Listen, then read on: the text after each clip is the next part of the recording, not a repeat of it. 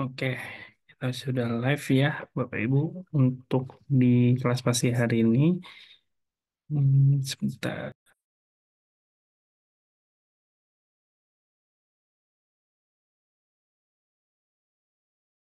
Oke, kita langsung live aja. Oke, selamat siang Bapak Ibu. Kita berjumpa lagi di kelas pasti Investasi bersama CGS Internasional Sekuritas Indonesia. Apa kabar Bapak Ibu? Semoga tetap diberikan kesehatan.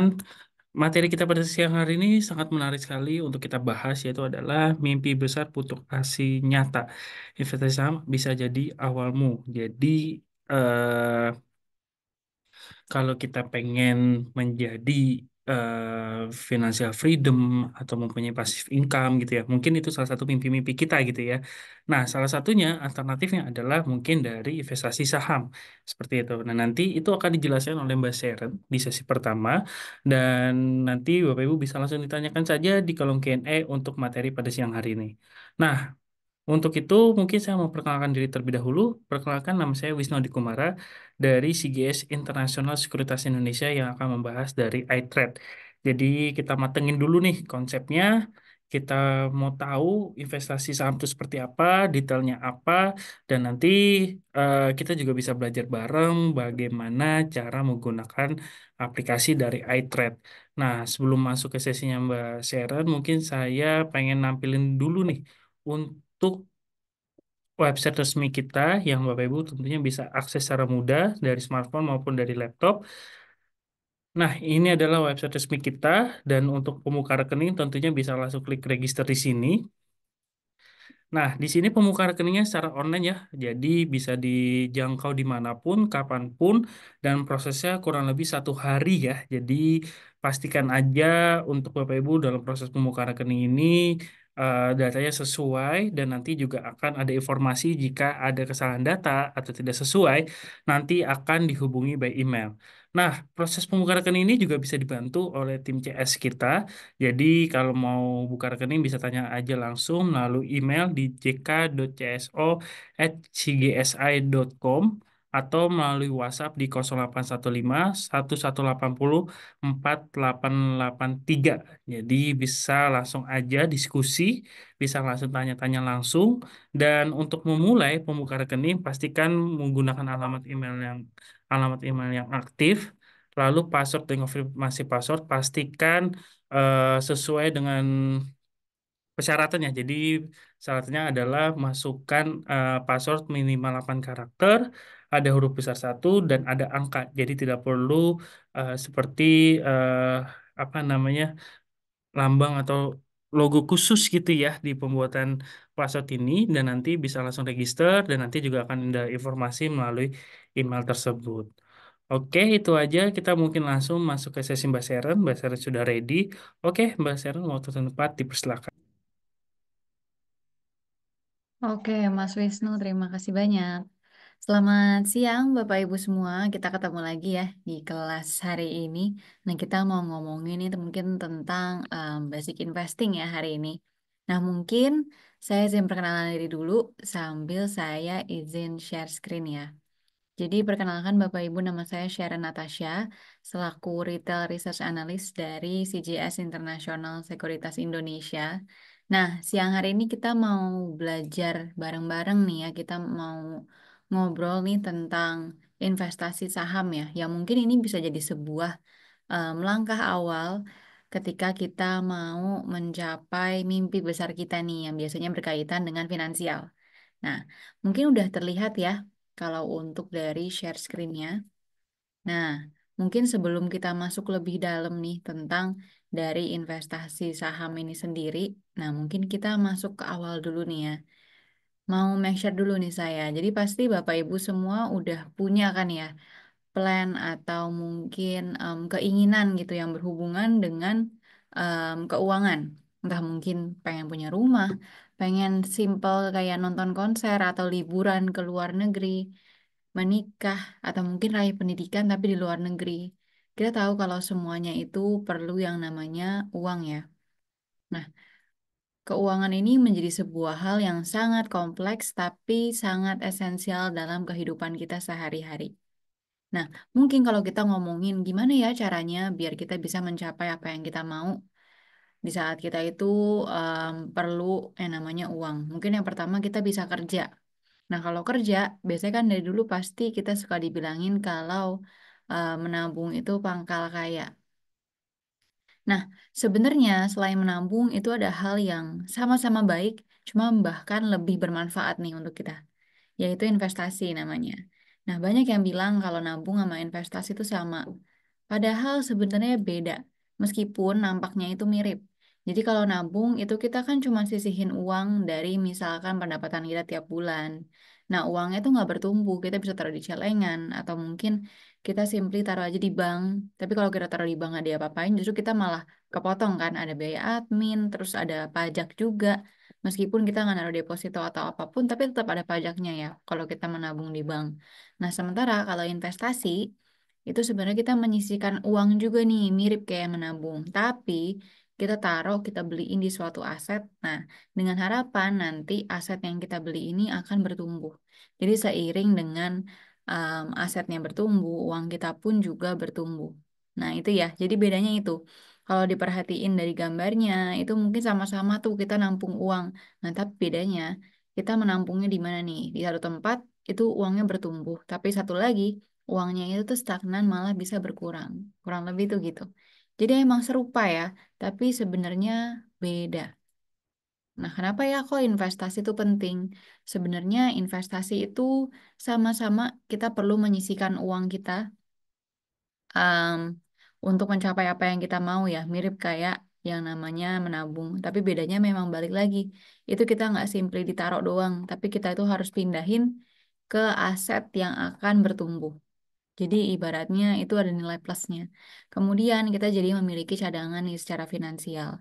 Karena kalau kita investasi, kan investasi itu nggak selamanya em, kita taruh dan kita nggak boleh ambil. Kita bisa ambil kalau misalkan kita sekali butuh uang gitu. Jadi bisa dicairkan. Lalu itu juga jadi otomatis meningkatkan kekayaan ya. Karena kita tahu ketika uang kita bertumbuh barengan sama investasi yang kita beli, otomatis kan kekayaan kita makin naik. Lalu yang terakhir ada mengalahkan inflasi. Jadi emang kalau inflasi itu biasanya sebuah ini ya, em, momentum di mana emang harga barang dan jasa naik, yang memang kita tahu itu terjadi terus-menerus. Nah sayangnya kenaikan inflasi itu nggak dibarengi dengan kenaikan gaji kita ya. Jadi mungkin kalau bulan kemarin ke bulan ini misalkan terjadi inflasi ya. Tapi kalau misalkan gaji kita sama gitu, jadi ibaratnya itu nggak berjalannya beriringan. Jadi hal ini nih yang menimbulkan investasi itu jadi sebuah hal yang penting karena untuk kita itu menutupi atau mengimbangi nih dari si inflasi tersebut. Itu ya alasan kenapa kita perlu yang namanya berinvestasi. Nah, mungkin ini sebuah analogi sederhana ya. Jadi ini ada sebuah gambar grafik harga dari saham Mandiri ya, BMRI, di mana kalau kita tarik ke belakang, anggaplah kita beli saham Mandiri tahun 2014 nih, sebanyak 3 lot atau 300 lembar saham. Nah, harganya itu pada waktu itu 2.060.000 rupiah. Jadi berarti kita perlu modal 618.000. Nah, kalau kita diemin udah 10 tahun nih sampai sekarang, harga saham Bank Mandiri itu udah bukan lagi 2.060. Harganya itu udah 6.950 ya. Ini berdasarkan data sebelum harganya turun ya. Nah, kalau untuk itu kita jual misalkan dengan harga em, pada saat itu lalu juga dengan nominalnya mungkin sama ya di 300 lembar juga. Nah, uang kita itu yang tadinya 618.000 udah tumbuh loh jadi 2.000 dan jadi 2.085.000. Jadi ini yang dinamakan dengan uang kita tuh berkembang, kekayaan kita berkembang. Meskipun modalnya tadi 600 ribuan, tapi ketika di waktu yang akan datang itu uangnya udah bertumbuh jadi 2 juta. Hampir 2.100.000 kalau digenapin ya. Jadi ibaratnya itu untuk kasih gambaran kasar nih. Seperti apa sih maksudnya investasi? Jadi kita beliin aja sebuah misalkan saham. Nanti kalau kita diemin, kita berekspektasi ya tentunya yang kita beli harusnya saham-saham yang memang itu dapat memberikan imbal hasil yang cukup baik nih performanya. Tentunya juga pasti harus beriringan juga nih gimana dengan kinerja dari perusahaan tersebut. Nah, ini untuk dari konsep inflasi. Mungkin 2022, 2002 ketika kita ke supermarket ya, kita bawa keranjang troli yang besar, itu kelihatan ya, isinya banyak. Kemudian 10 tahun lagi, 2012, ketika kita bawa uang yang sama nih, 100 ribu, wah makin dikit ya. Nah, sekarang nih 2022 ya, atau mungkin 2 tahun lalu, kita bawa 100 ribu ke supermarket, wah itu sebenarnya kita nggak perlu bawa troli ya, itu bisa kita tenteng sendiri, karena emang dikit banget nih yang bisa kebeli. Jadi ini sebuah konsepnya ya, yang perlu sebenarnya kita pahamin sama-sama. Mungkin yang suka belanja bulanan, dari dulu itu udah ngeh ya, wah sekarang harga beras naik, harga minyak naik ya, naik terus nggak pernah turun ya, paling kalau turun pas diskon doang tapi itu pun jarang ya. Jadi harga-harga pada naik. Sementara kadang-kadang mirisnya adalah kadang income bulanan itu nggak naik ya, atau bentar lagi malah pajak PPN mau naik. Jadi ibaratnya makin ada lagi nih yang menggerus keuangan bulanan. Nah, untuk itu makanya kalau kita bisa biasanya menabung, jangan cuman menabung, tapi alangkah lebih baiknya kita alokasi ini ke aset-aset investasi. Mungkin saham bisa jadi salah satu aset yang diinvestasikan. Nah, sebenarnya investasi, mungkin ada yang bilang investasi itu cara tercepat untuk kaya. Itu sebenarnya salah sih. Jadi investasi itu sebenarnya hanyalah alat bantu ya. Itu bisa jadi kendaraan kita yang ngebantu kita nih untuk ngewujudin apa yang kita mau dalam hal keuangan untuk mencapai mimpi kita yang berhubungan dengan finansial. Jadi ini merupakan sebuah tools aja. Karena ketika kita masuk dalam namanya dunia investasi ya, itu diawali dengan banyak banget hal ya. Kita perlu berkenalan dengan berbagai macam instrumen, lalu kita juga udah harus mulai memahami gimana nih dinamika pasar dan lain-lain. Kita harus belajar dari nol. Jadi memang dan pasar atau market saham itu sangat dinamis ya. Tiap hari itu bergerak. Jadi pasti selalu ada hal baru yang perlu kita pelajari nih. Makanya sebenarnya ini alasan juga kenapa investasi itu sebenarnya kendaraan ya. Bukan bukan tuh nomor satu atau bukan cara tercepat menjadi kaya, tapi ini pelan-pelan ya. Ibaratnya kayak maraton. Jadi ini memang sebuah plan untuk jangka panjang untuk mengatur strategi keuangan kita di masa depan. Nah, ini mungkin ada agak sedikit pengingat ya. Untuk saat ini memang sangat em, tersebar di mana-mana ya yang namanya investasi bodong. Banyak banget dan bahkan banyak banget juga macamnya ya. Investasi bodong itu ciri khas utamanya adalah memberikan cuan atau keuntungan yang besar dan cepat ya. Jadi ibaratnya ini sangat hal yang bertentangan nih, karena kalau di dunia investasi atau di dunia keuangan malah lebih tepatnya ya, kita itu nggak bisa menjanjikan return yang besar dan cepat juga gitu. Harus ada alasan yang logis. Itu kalau misalkan investasi yang bisa menjanjikan keuntungan yang pasti ya, itu hanya obligasi ya, karena itu memang memberikan kupon kan ya. Tergantung dengan jangka waktu, lalu juga dengan kebijakan awalnya nih, tenornya berapa lama, lalu juga sistem periode berbagi kuponnya itu berapa bulan sekali. Nah, itu tergantung. Lalu yang udah pasti juga itu biasanya nggak legal dan nggak logis. Ibaratnya menjanjikan cuan yang besar dengan cepat gitu ya, tanpa memiliki resiko. Itu kan sangat nggak logis ya, Bapak Ibu ya. Jadi mungkin bisa diwaspadai kalau misalkan ada bisnis atau mungkin ada investasi yang menawarkan keuntungan seperti hal tersebut. Nah, ini mungkin ada beberapa berita ya yang mungkin cukup marak. Bahkan saat ini mungkin ada bisnis-bisnis juga nih yang udah mulai juga memberikan kurang lebih tuh mirip ya skemanya seperti investasi bodong. Nah, itu mungkin perlu dikenali dan perlu hati-hati ya. Nah, mungkin ini sekarang kita mulai masuk nih. Ketika kita mau investasi, yang pertama adalah kita perlu mengenali profil resiko masing-masing. Profil resiko itu apa? Profil resiko itu kemampuan Bapak Ibu tuh menanggung resiko seberapa besar. Ya, nih mungkin kita mulai dari yang warna kuning ya, yang sangat konservatif. Ini mengutamakan keutuhan nilai pokok ya. Ini mungkin bisa cocok mungkin lebih ke arah deposito ya. Deposito bisa atau mungkin obligasi ya. Kemudian ada yang konservatif. Konservatif ini mungkin bisa masuk ke area reksadana, deposito bahkan sebenarnya masih termasuk ya di konservatif ini. Lalu juga ada moderat. Kalau moderat itu udah berani mengambil resiko. Ini reksadana seperti pasar uang atau bukan seperti pasar saham, tapi masih di reksadana ya. Ini bisa udah mulai untuk cocok nih untuk orang-orang yang ada di moderat. Nah, lalu yang terakhir ini agresif, ini mampu menerima resiko yang tinggi. Resiko yang tinggi maksudnya dia mampu nih kalau misalkan tiba-tiba menanggung kerugian yang besar, tapi di balik kerugian yang besar itu sebenarnya ada potensi keuntungan yang besar juga. Jadi biasanya resiko dan juga potensi keuntungan itu berjalannya beriringan ya, Bapak Ibu ya. Nah, kalau di agresif ini memang yang paling pas adalah itu saham ya, salah satunya ya. Nah, kalau di saham sendiri, itu memang udah terkenal dengan sebuah instrumen investasi yang mungkin high risk, high return, tapi memang sudah terbukti aman, legal ya, dan juga ada nih legalitas, serta juga pihak-pihak yang mengawasi jalannya pasar modal atau pasar saham. Jadi ibaratnya ini memang sudah sangat terpercaya, meskipun memang terkenal high risk, high return. Jadi ini high risk, high return, tapi memberikan keamanan nih dari sisi untuk keamanan dananya Bapak Ibu yang ditaruh, yang digunakan. Gitu ya.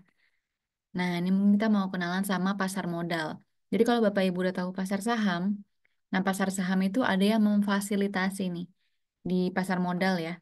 Pasar modal itu bisa dibilang sarana investasi yang tepat, legal, dan terstruktur. Pertama, itu mereka diawasi oleh OJK. Dan pasar modal ini sebenarnya mirip kayak pasar-pasar pada umumnya ya. Dimana kalau pasar-pasar pada umumnya itu kan mempertemukan penjual dan pembeli. Nah, kalau di pasar modal, itu kita juga mempertemukan penjual dan pembeli. Cuman yang diperdagangkan adalah modal perusahaan.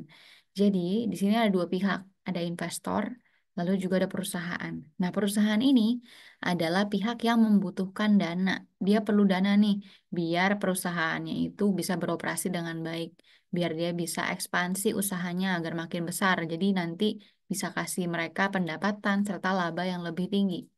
Nah, lalu sorry Bapak Ibu. Nah, investor ini memiliki dana. Jadi investor ini bisa dikategorikan sebagai orang-orang yang memiliki uang ya, yang lagi nyari nih investasi kemana ya. Nah, investor ini hadir untuk membeli nih, memberikan uangnya ke perusahaan atau kurang lebih investor beli saham perusahaan tersebut. Nah, nanti uangnya kan masuk ke perusahaan ya. Nanti akan digunakan untuk kebutuhan ekspansi dari si perusahaan tersebut. Nah, lalu keuntungannya di mana? Nah, seiring perusahaan itu berkembang, seiring dengan namanya laba, lalu juga pendapatannya naik, biasanya yang namanya saham perusahaan itu berjalannya beriringan juga dengan harga saham. Jadi kalau kinerjanya memang sudah baik, lalu performanya selalu naik, nah itu biasanya akan tercermin nih dari harga saham yang ada. Biasanya akan berjalannya beriringan. Jadi ketika memang profitabilitasnya bagus, biasanya pergerakan harga sahamnya pun akan bagus, akan cenderung naik, ya. Nah, ini akan memberikan keuntungan nih, karena tadi investor belinya di harga berapa, lah sekarang harganya udah naik gitu. Lalu ada juga mungkin dividen ya. Jadi nanti perusahaan bisa bagiin laba yang mereka dapat ke investor, dan untuk investor yang udah pegang sahamnya itu bisa mendapatkan sesuai dengan besaran atau nominal yang mereka punya nih. Jadi itu hal yang menguntungkan investor lalu juga perusahaan. Nah, untuk itu yang difasilitasi itu di pasar modal ya atau di Bursa Efek Indonesia. Nah, khusus hari ini kita mau bahas tentang saham ya. Tadi kita udah tahu kalau saham itu terkenal sebagai sebuah instrumen investasi yang high risk high return, tapi juga aman karena difasilitasi oleh pihak-pihak nih seperti OJK. Nah, mungkin ada yang belum tahu saham itu apa. Jadi saham itu sederhananya adalah bukti kepemilikan dari sebuah perusahaan. Kurang lebih kalau misalkan nih, saya punya saham BCA, berarti saya pemegang, berarti saya yang punya BCA nih. Tapi memang tergantung juga, saya punyanya berapa banyak. Mungkin saya nggak punya 100% ya. Mungkin saya cuma punya 0,0001% gitu. Tapi itu tetap saya yang punya BCA juga. Tapi memang nominalnya tentu sangat beda ya. Tapi kurang lebih gitu maknanya Bapak Ibu. Jadi kalau Bapak Ibu punya suatu saham, itu sebenarnya Bapak Ibu tuh udah jadi bagian dari pemilik perusahaan tersebut. Meskipun memang nominalnya itu sangat menentukan ya besarannya berapa. Nah, kurang lebih ini mungkin ada gambaran kasar ya terkait konsep saham nih. Nah, anggaplah ini ada ayam, perusahaan ayam geprek ya. Dia butuh uang nih 10 M karena dia mau ekspansi, dia mau perbanyak cabang. Nah, ada dua pilihan. Dia mau ajak atau pinjem ke teman, ke kerabat, ke keluarga ya. Itu bisa. Atau dia mau em, buat harga buat perusahaannya untuk listing di bursa. Dia akan dapetin pendanaan atau uang nih. Nah, let's say mungkin dia itu akhirnya listing di bursa.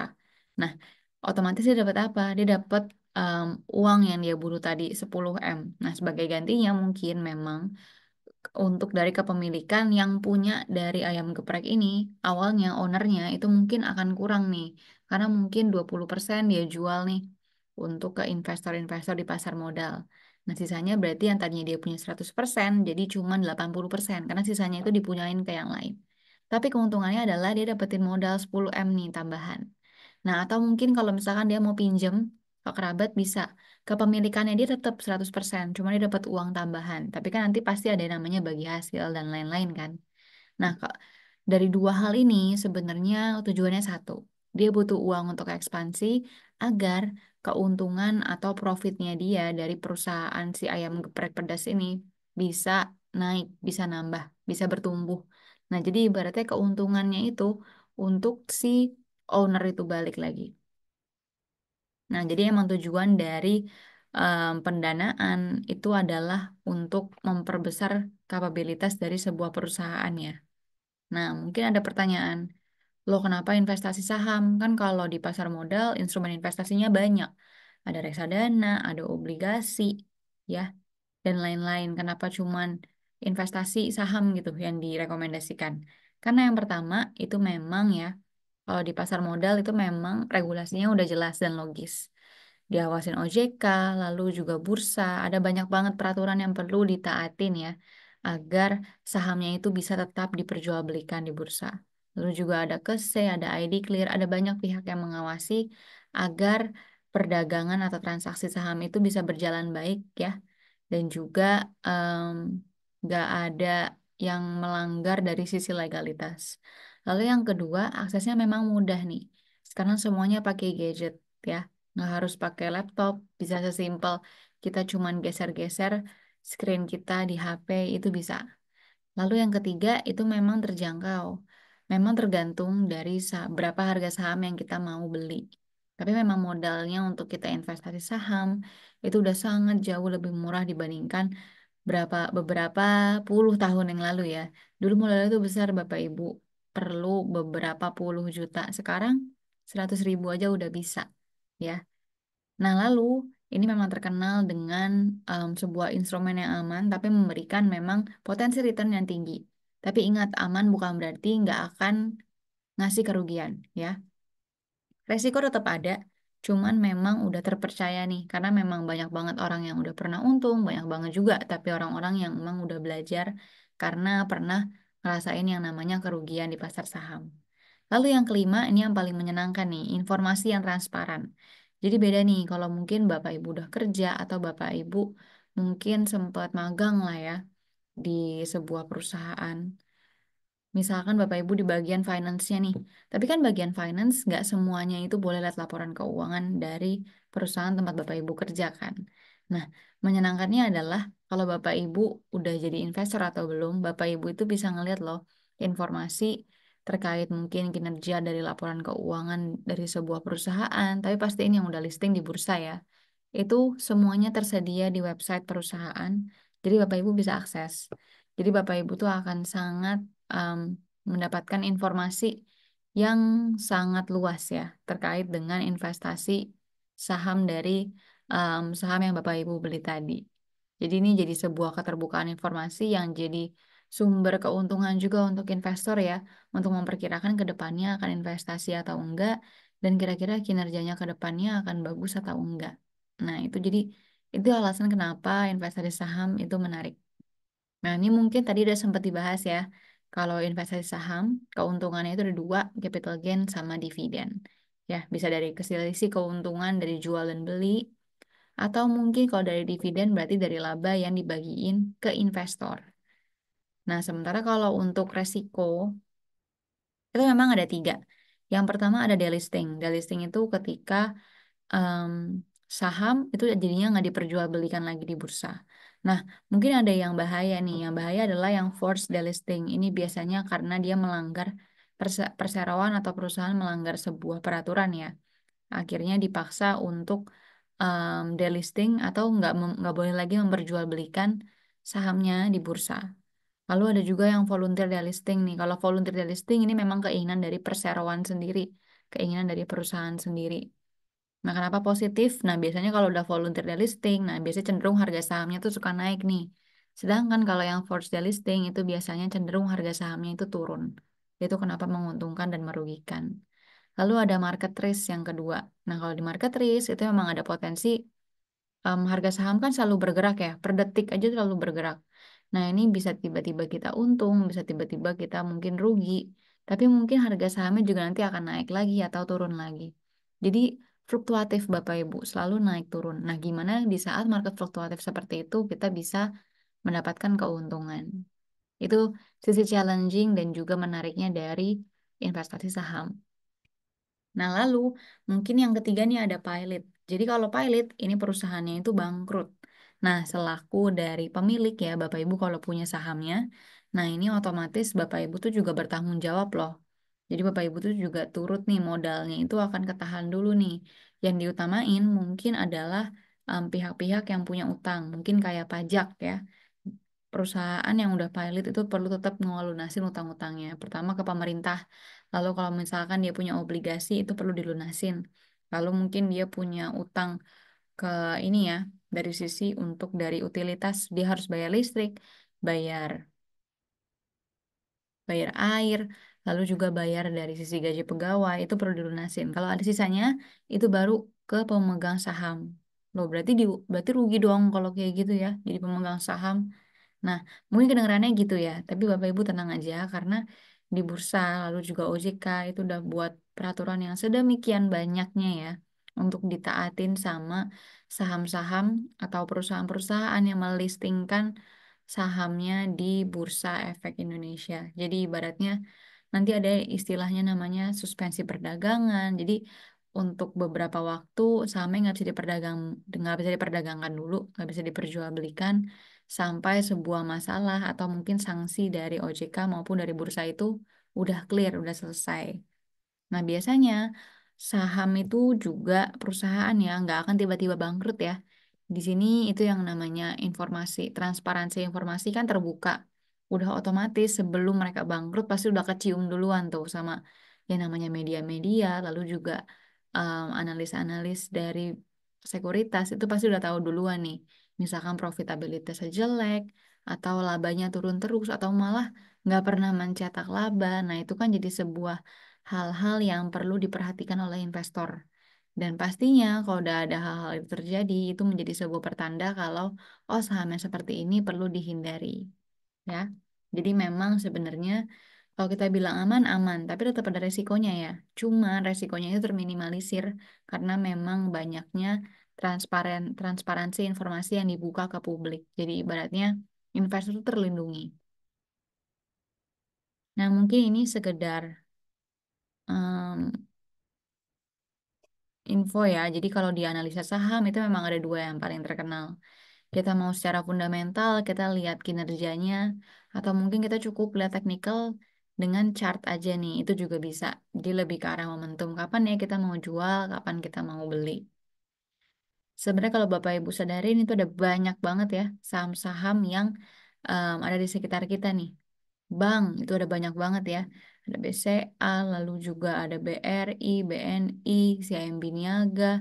Nah, lalu ada juga perusahaan-perusahaan emas ya, kayak Antam, lalu juga ada Timah, lalu ada MDKA juga, ada banyak perusahaan minyak, lalu juga ada Garuda Indonesia kalau Bapak Ibu pernah naikin maskapainya. Jadi ada banyak banget. Total itu per Desember ini ada kisaran 950 saham yang listing di bursa. Jadi pilihan Bapak Ibu ada banyak banget. Nah, gimana caranya untuk pilih em, satu dari segitu banyaknya saham? Nah, itu mungkin nanti akan kita bahas sedikit ya di sini ya. Nah, ini mungkin sekitar gambaran ya. Ini pergerakan fluktuatif dari IHSG atau ibaratnya rata-rata dari seluruh saham yang listing di bursa nih, indeks harga saham gabungan. Kita bisa ngeliat turunnya dalam banget nih waktu 2020 karena COVID. Tapi sampai sekarang itu masih rally. Ya, jadi memang ini bentuknya nih. Jadi mungkin kalau kita lihat ini naik ya. Tapi sebenarnya ini ada naik turun naik turun naik turunnya secara jangka pendek. Nah, yang perlu kita lihat jangka panjangnya seperti apa. Nah, mungkin ini ada tips and tricks ya. Untuk yang pertama, ketika kita mau investasi, mungkin Bapak Ibu perlu kenalin dulu nih, bisnis perusahaannya tuh apa. Bapak Ibu misalkan maunya di perbankan. Oke, kalau perbankan berarti apakah dia jual barang? Enggak ya. Kalau di perbankan berarti dia itu ngapain? Menyalurkan kredit ya. Jadi seberapa besar nih dia bisa menyalurkan kredit tiap tahunnya, itu jadi sebuah tanda seberapa banyak marginnya tiap tahun nih. Karena kan dia otomatis dapatin bunga kan dari loan atau dari pinjaman yang dia salurkan. Jadi Bapak Ibu perlu pahamin konsep-konsep itu ya. Nah, kemudian kita perlu pilih perusahaan yang utangnya rendah ya. Karena utang itu perlu dibayar. Seperti yang tadi saya bilang nih, utang itu nomor satu yang harus dilunasi ketika perusahaan kenapa-kenapa ya. Untuk modal atau mungkin untuk dari modal pemegang saham itu urusan nanti ya. Jadi yang utamanya itu utang-utangnya dulu yang perlu dilunasin. Makanya kita harus cari perusahaan-perusahaan yang mana nih yang utang itu memang rendah ya. Itu mungkin bisa lihat dari debt equity ratio atau mungkin debt to asset ratio-nya. Jadi kalau makin kecil itu makin baik. Nah, lalu otomatis ya seperti tadi kita singgung, kalau kita mau investasi saham, kita pasti maunya untung. Nah, kalau misalnya kita mau untung, harga saham itu merupakan cerminan dari kinerja perusahaan. Kinerjanya bagus, harga sahamnya bagus. Jadi pasti kita harus pilih saham-saham yang mana nih yang profitable. Ada loh saham-saham yang memang merugi dan masih listing di bursa, ada banyak. Jadi berarti kita perlu cari nih perusahaan-perusahaan mana aja yang memang masih menguntungkan ya. Lalu kita mungkin juga bisa menjadi acuan nih untuk beberapa rasio keuangan seperti return to equity atau mungkin return to asset atau mungkin juga ada NPM ya. Lalu em, GPM itu juga bisa jadi acuan yang kita untuk melihat seberapa besar perusahaan itu bisa meraih profit ya atau keuntungan. Dan bukan cuman dari sisi pendapatannya naik ya Bapak Ibu ya, pastiin laba bersihnya pun juga naik. Nah, mungkin kita juga perlu lihat dari sisi valuasi. Kalau kita ngomongin valuasi, yang paling umum itu dari price to earning sama price to book. Jadi PI atau PBV ya. Nah, ibaratnya kalau kita kayak mau beli barang branded, kita juga harus tahu nih kita belinya itu di harga diskon atau mungkin pas di harga yang memang nggak diskon gitu, emang harga sebetulnya gitu. Otomatis kita pasti maunya beli sesuatu yang bagus dengan harga yang diskon, ya kan? Nah, kalau di PI dan juga PBV ini makin kecil ya nilainya, itu makin baik. Mendekati angka satu itu makin baik ya. Kita bisa berasumsi kalau oh sahamnya makin murah. Nah, jadi itu lebih menarik nih untuk diinvestasikan. Kemudian ya, mungkin mengingat juga kita perlu yang namanya diversifikasi. Kita perlu pilah-pilah aset kita jangan cuma beli satu saham aja. Atau mungkin malah jangan cuma di saham aja. Kita mungkin bisa cari investasi lain untuk bisa melengkapi portofolio kita. Don't put all your eggs into one basket ya. Jadi memang kita perlu lakuin itu untuk meminimalisir resiko yang ada. Jangan semuanya di pasar saham ya. Sebagian ada yang dialihkan mungkin ke obligasi atau mungkin ada juga yang mau reksadana. Itu nggak apa-apa. Dan di saham pun jangan cuma satu saham ya. Jangan cuma diperbankan doang. Ganti juga mungkin ke perusahaan-perusahaan consumer yang cukup defensif juga dan lain-lain ya. Nah, ini mungkin sekedar tips juga ya untuk ketika kita mau berinvestasi, pastiin Bapak Ibu gunain uang dingin, jangan uang-uang yang akan dipakai untuk kebutuhan sehari-hari ya. Lalu kenali dan lakukan analisa terhadap perusahaan. Lalu jangan FOMO juga ya ketika mungkin dengar pom-pom saham bilang, wah saham A akan naik, saham B akan naik. Jangan langsung beli ya. Itu mungkin boleh masuk ke radar Bapak Ibu. Tapi please lakuin yang namanya research dulu secara pribadi. Mau secara analisa fundamental atau teknikal ya. Karena namanya saham itu bergerak pasti ada sesuatu di balik itu. Jadi itu yang perlu Bapak Ibu cari tahu ketika mau beli saham. Ya, jadi Bapak Ibu jangan bingung, "Duh, kok harga sahamnya naik kok harga sahamnya turun, itu biasanya ada penyebabnya dan itu yang perlu kita cari tahu. Nah, lalu Yang keempat, jangan lupa lakukan diversifikasi portofolio ya. Yang seperti tadi saya udah sempat singgung nih. Jadi Bapak Ibu perlu ngelakuin diversifikasi bukan cuma di satu aset doang, tapi perlu tambah ya, perlu yang lain. Karena bergeraknya itu adalah beda-beda nih. Obligasi mungkin kuponnya naik, tapi harga obligasinya itu kan naik turunnya lebih sedikit dibandingkan harga saham. Jadi ibaratnya itu bisa menjaga stabilitas dari aset atau total kekayaan yang Bapak Ibu punya, ya. Dan sekaligus belajar juga ya Bapak Ibu ya. Jadi nggak cuma di satu instrumen investasi aja, tapi belajarin beberapa agar kita makin lebih kaya nih edukasi finansialnya ya. Jadi nanti kita nggak gampang juga nih dibohongin ya. Ada banyak banget investasi bodong di luar sana, bisnis-bisnis. Ibaratnya orang-orang jahat makin pinter, makin cerdik ya. Jadi otomatis kita nih yang nggak mau dirugikan, kita juga harus makin cerdik, makin cerdas dalam mengelola investasi, mengelola keuangan kita sendiri, biar kita nggak masuk ke jeratan mereka ya. Oke, Bapak Ibu, itu mungkin untuk pemaparan hari ini. Kalau Bapak Ibu mungkin punya hal-hal yang mau ditanyain, mungkin bisa banget untuk tanya di kolom chat ya. Itu bisa banget nanti akan saya jawab. Nah, mungkin untuk dari sisi saham ya. Nah, itu mungkin udah sekian ya Bapak Ibu beserta tips and tricks yang tadi udah disampaikan. Nah, mungkin kita mau masuk ke sesi selanjutnya ya yang akan dibawakan oleh Mas Wisnu. Nah, Mas Wisnu udah siap? Oke, kalau gitu waktu dan tempat saya persilahkan. Oke, Mbak Seren, terima kasih banyak nih untuk materi pada siang hari ini. Sangat menarik dan mungkin sudah ada gambaran tadi terkait cara investasi saham, lalu bagaimana kita mengelola portofolio dan lain sebagainya. Dan mungkin kita kasih gambaran nih bagaimana untuk cara beli saham, lalu portofolio yang seperti apa dan lain sebagainya. Jadi hari ini kita akan membahas dari sisi website. Jadi kalau misalnya ada pertanyaan yang mungkin masih bingung, lain sebagainya gitu ya. Karena kita harus tahu ketika kita membeli suatu saham, kita tidak bisa membelinya melalui perusahaannya langsung. Jadi harus melalui dari perusahaan sekuritas. Jadi kalau misalnya Bapak Ibu ingin mengenal produknya, misalnya salah satu emiten yang tentunya Bapak Ibu pasti menjadi nasabahnya juga gitu ya. Mungkin kalau ingin membeli suatu sahamnya itu bisa melalui sekuritas dan teman-teman atau Bapak Ibu semua di sini juga sudah mengetahui nih perusahaan mana yang kira-kira pengen dibeli. Nah, mungkin kita sharing aja untuk cara pembeliannya sangat mudah, jadi bisa melalui website, mobile maupun desktop. Tapi kita hari ini akan membahas dari sisi website terlebih dahulu ya. Oke, sedikit cerita bahwasanya kalau misalnya Bapak Ibu tadi sudah melakukan pembuka rekening gitu ya, prosesnya kurang lebih 1 hari. Nah, nanti keesokan harinya akan mendapatkan nomor RDN atau rekening dana nasabah. Itu bisa dilakukan deposit seperti transfer kita ke bank lain. Misalnya Bapak Ibu mempunyai rekening tabungan BCA, maka nanti ketika pembuka rekening pastikan pilih RD-nya BCA agar sesuai atau kalau misalnya Bapak Ibu mempunyai akun rekening tabungannya CIMB juga bisa disesuaikan. Atau kalau misalnya mempunyai rekening tabungan yang lain bisa disesuaikan juga kira-kira mau pilih RD-nya mana. Nah, nanti dari sekuritas akan memberikan nomor rekening tersebut agar bisa dilakukan pembelian saham dan didepositkan seperti itu ya.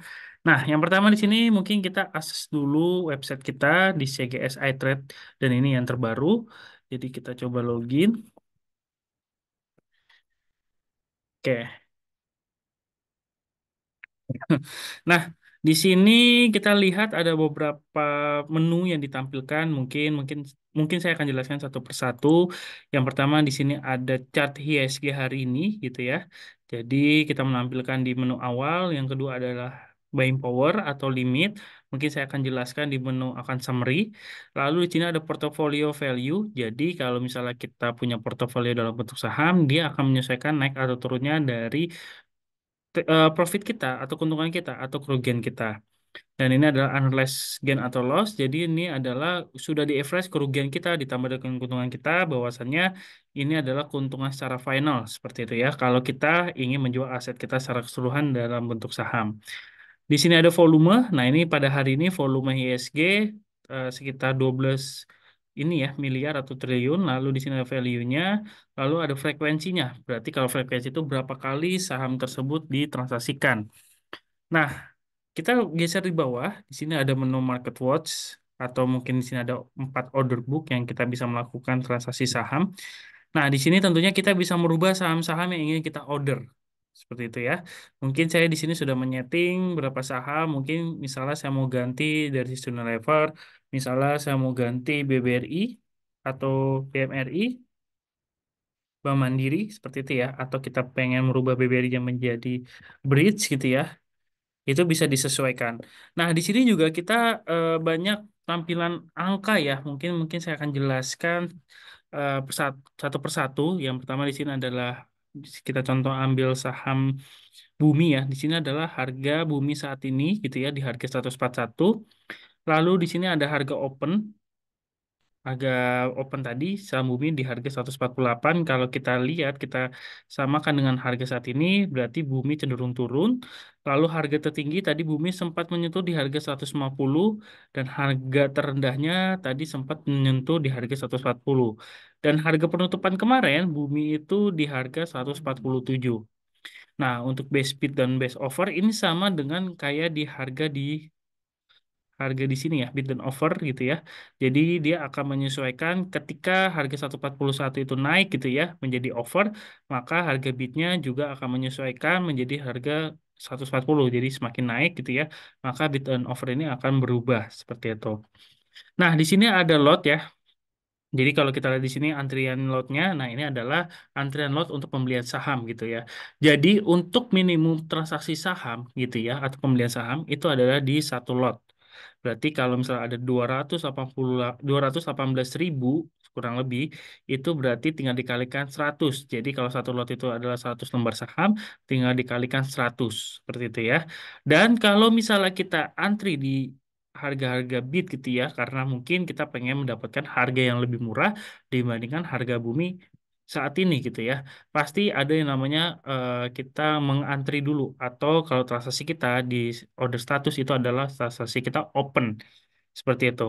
Nah, kalau misalnya kita beli di harga yang cenderung lebih mahal dibandingkan harga market dari saham bumi itu, kita bisa langsung dan transaksinya. Karena di sini adalah ada antrian lot juga untuk si investor itu menjual harga yang cenderung lebih tinggi dibandingkan dengan harga market. Seperti itu.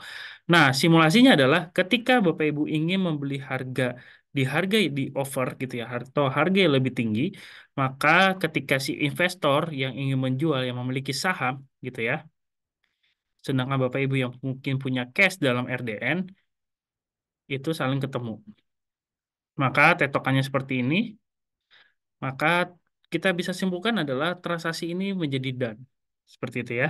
Karena ada transaksi antara si kita yang pembeli mempunyai cash di RDN gitu ya, dengan kita membeli suatu sahamnya tergantung dari lotnya dan si investor yang mungkin menjual di harga tersebut juga kita bisa jual seperti itu. Nah, maka nanti statusnya menjadi match.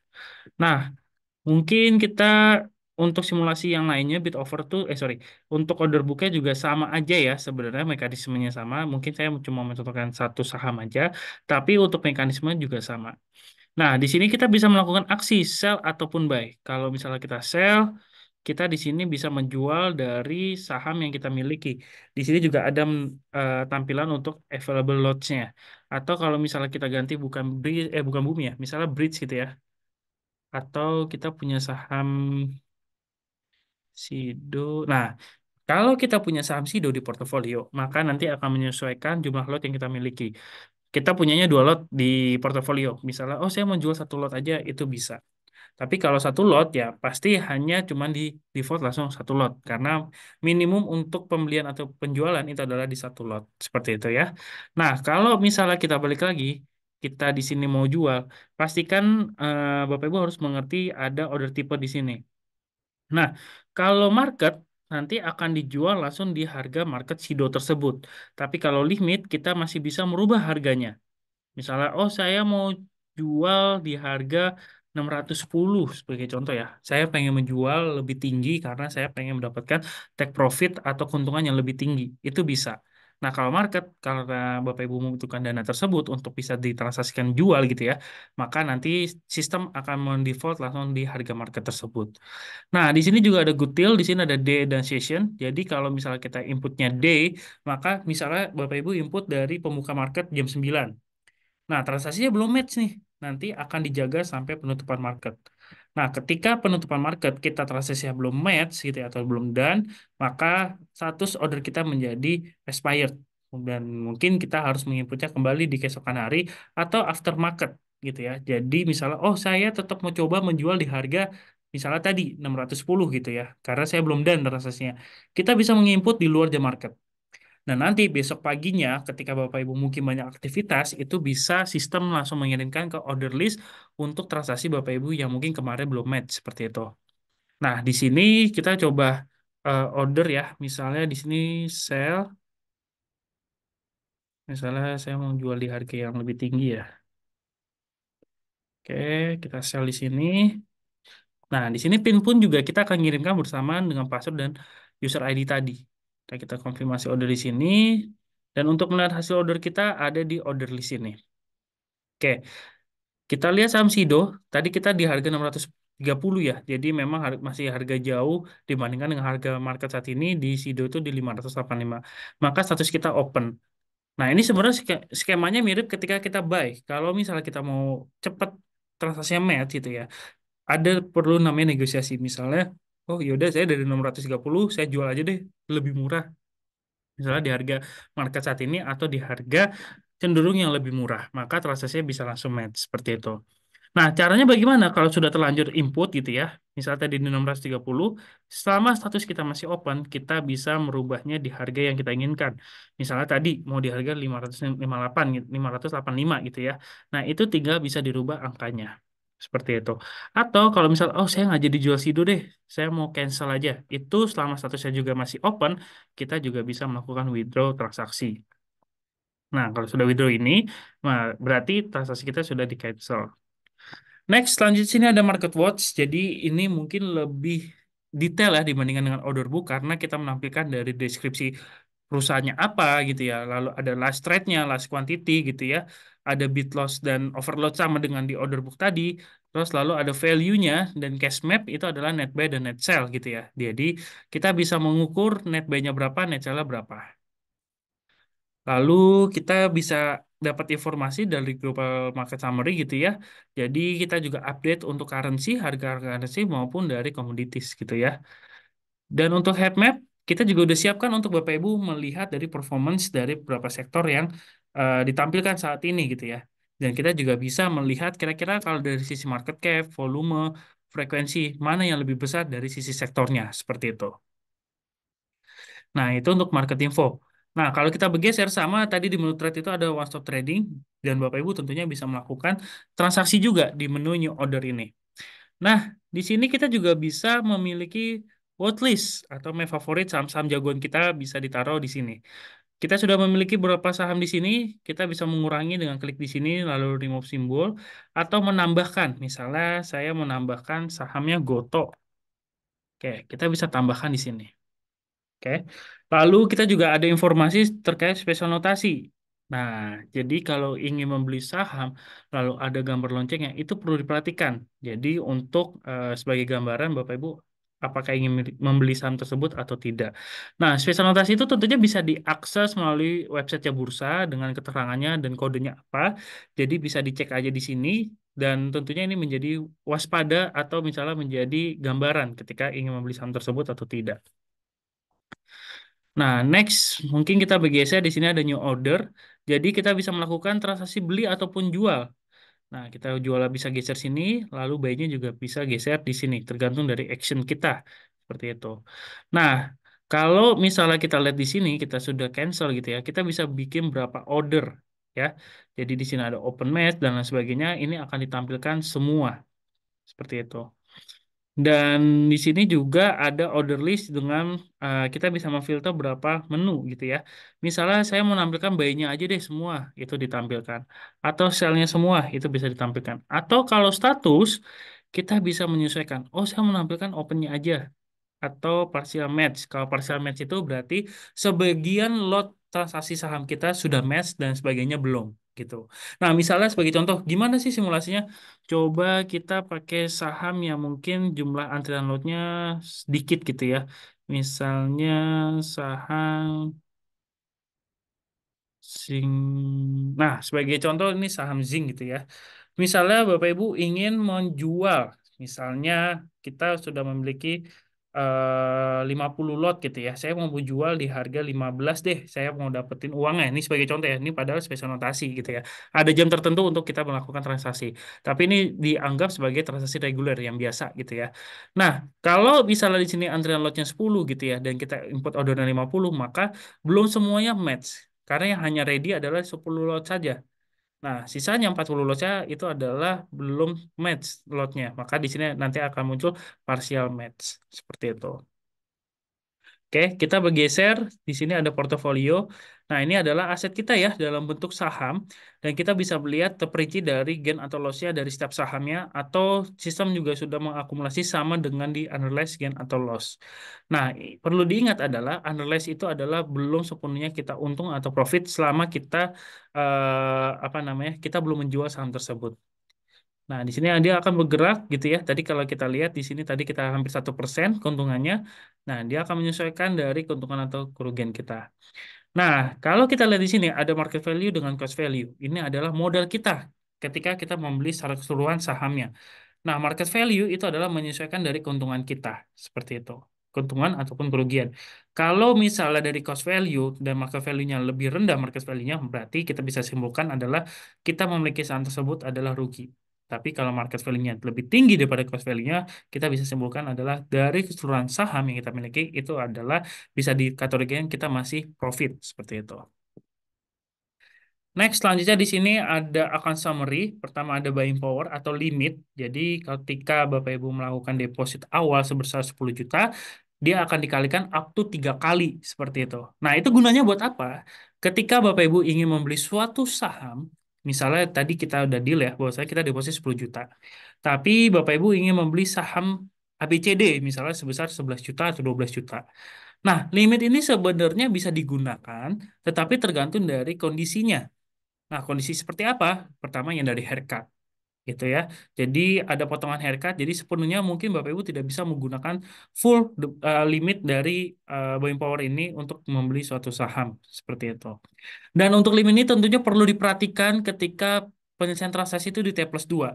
Jadi ketika sudah T plus 2 dan nanti menggunakan limit, misalnya di hari ini berarti kan T plus 2-nya rebo.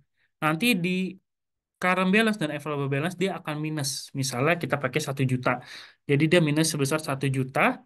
Seperti itu. Dan kalau misalnya kita mau deposit nanti bisa disesuaikan dengan cash yang ada atau bisa transfer sesuai dengan dana atau minus yang ada di current balance ataupun available balance. Seperti itu. Oke. Oke, next selanjutnya di sini ada market value sama dengan portfolio value. Mungkin Bapak Ibu sudah paham. Lalu selanjutnya di sini ada total aset. Ini akumulasi dari market value dengan current balance gitu ya. Nah, kalau current balance dan available balance ini sebenarnya sama kalau kita tidak melakukan transaksi. Tapi kalau kita melakukan transaksi dan transaksinya sudah done, maka yang terupdate duluan dananya adalah di current balance, bukan di available balance. Seperti itu. Next, selanjutnya sini ada kredit limit. Nah, ini bukan dana yang bisa digunakan, tetapi adalah batas atas menggunakan limit tadi atau buying power tadi, yaitu adalah senilai 300 juta. Lalu selanjutnya sini ada open buy dan open sell. Jadi kalau tadi kita transaksinya sell open gitu ya, nanti dia akan muncul value transaksi berapa. Misalnya kita transaksinya 10 juta, nanti akan muncul itu berlaku untuk sell ataupun buy. Nah, di sini ada block amount and outstanding buy orders. Jadi kalau misalnya kita transaksinya masih ada yang eh, apa namanya masih ada yang open, dia akan muncul. Lalu kalau kita melakukan penarikan dana dari RDN ke rekening tabungan juga akan muncul. Nah, bedanya sell dan buy di sini dengan open sell ini adalah ketika transaksi kita sudah match, nanti akan muncul value-nya. Dan untuk for sale, nah balik lagi kita membahas limit. Ketika Bapak Ibu tidak melakukan deposit ke RDN di T plus 2, maka di T plus 4 nanti akan dilakukan for sale atau dijual paksa hasil pembelian saham dari penggunaan limit tersebut. Jadi perlu diperhatikan, sayang banget kalau misalnya Bapak Ibu menggunakan fasilitas limit gitu ya, tetapi tidak melakukan deposit ketika di T plus 2. Jadi perlu diperhatikan. Oke, selanjutnya di sini kita ada di order info. Nah, order info ini misalnya kalau Bapak Ibu ingin melakukan mencari saham yang pernah kita transaksikan yang sudah lampau gitu ya, misalnya 1 tahun terakhir sampai hari ini, misalnya kita bisa search di sini, lalu kita bisa melihat saham yang pernah kita transaksikan. Seperti itu. Lalu di sini ada stock info, ada full quote. Jadi ini menampilkan saham secara detail. Jadi kita menampilkan chart, lalu tadi ada running trade khusus dari saham BBCA aja, lalu ada buy price atau buy order. Dan kalau kita ingin mengganti sahamnya juga bisa. Misalnya kita ganti saham Adro atau BBRI, kita bisa menyesuaikan. Next, selanjutnya di sini ada menu company profile. Nah, ini dari saham BBC atau gitu ya. Jadi kita bisa merubah saham yang ingin kita tampilkan. Ada laporan keuangan, mungkin Bapak Ibu yang senang analisa fundamental untuk melihat laba bersih berapa tahun terakhir, kita juga bisa menampilkan di sini. Lalu ada top stock ya, jadi kita menampilkan aktivitas terbesar atau penurunan yang sangat besar gitu ya, namanya top gainers dan top loser, dan kita juga bisa melihat most activity by lots, frekuensi maupun dari volumenya atau value. Lalu di bawah ini ada namanya trade based stock. Jadi kita bisa melihat BBCA itu di setiap harganya berapa kali frekuensinya, berapa kali ditransaksikan gitu ya, volumenya dan value-nya. Nah, kalau kita bisa ganti tentunya sangat bisa. Misalnya kita ganti BBRI. Nah, nanti juga menampilkan dari setiap harga BBRI, kita bisa menghitung dari frekuensi, volume, dan value-nya. Next, di sini ada menu withdraw. Nah, tadi saya udah singgung penarikan dana atau withdraw. Jadi, dana yang kita mungkin sudah depositkan ke RDN, kita bisa tarik lagi ke rekening tabungan kita. Jadi, mungkin kalau misalnya, oh, saya udah take profit nih, saya mau ngambil duitnya, itu bisa menggunakan penarikan dana di menu withdraw. Nah, misalnya sebagai contoh, di sini ada available balance sebesar 99.000, kita bisa input di sini. Misalnya saya mau tarik 50.000 aja, nanti tinggal submit, nanti untuk melihat historinya bisa dicek di sini. Nah, kita juga ada cut off time sebenarnya kalau misalnya Bapak Ibu ingin melakukan penarikan dana. Cut off time kita itu di jam 10 pagi. Jadi kalau misalnya inputnya sebelumnya 10, dananya akan masuk di hari yang sama, tetapi ketika di atas jam 10, dananya akan masuk di keesokan harinya. Oke, kita geser ada news. Jadi ini adalah berita-berita terupdate ya. Jadi Bapak Ibu nggak perlu pusing untuk nyari berita, kita sudah sediakan di dalam iTrade. Lalu ada chart, jadi Bapak Ibu bisa melihat pergerakan saham gitu ya dari 1 minggu, 3 minggu, sorry, 1 bulan, 3 bulan, 6 bulan, ya to date gitu ya, atau 1 tahun. Nah, di sini tentunya Bapak Ibu juga bisa mengecek sebenarnya, dan kita juga sudah siapkan beberapa indikator yang bisa digunakan. Jadi kalau misalnya pengen belajar analisa lebih detail, lebih dalam, kita ada kelas pasti khusus nasabah. Nah, di sini kita juga bisa merubah tema gelap atau tema terang itu bisa disesuaikan. Dan untuk mengganti password kita ada change password di sini, jadi kita bisa merubah passwordnya aja, pinnya aja atau keduanya. Kalau keduanya seperti ini dengan ada ketentuan yang disesuaikan untuk membuat password maupun pin seperti itu. Oke, itu aja Bapak Ibu. Mungkin ada pertanyaan untuk kelas pasti hari ini. Oke, kalau jika tidak ada pertanyaan, terima kasih Bapak Ibu telah mengikuti kelas pasti hari ini. Sampai jumpa di kelas pasti selanjutnya. Thank you Bapak Ibu dan selamat siang.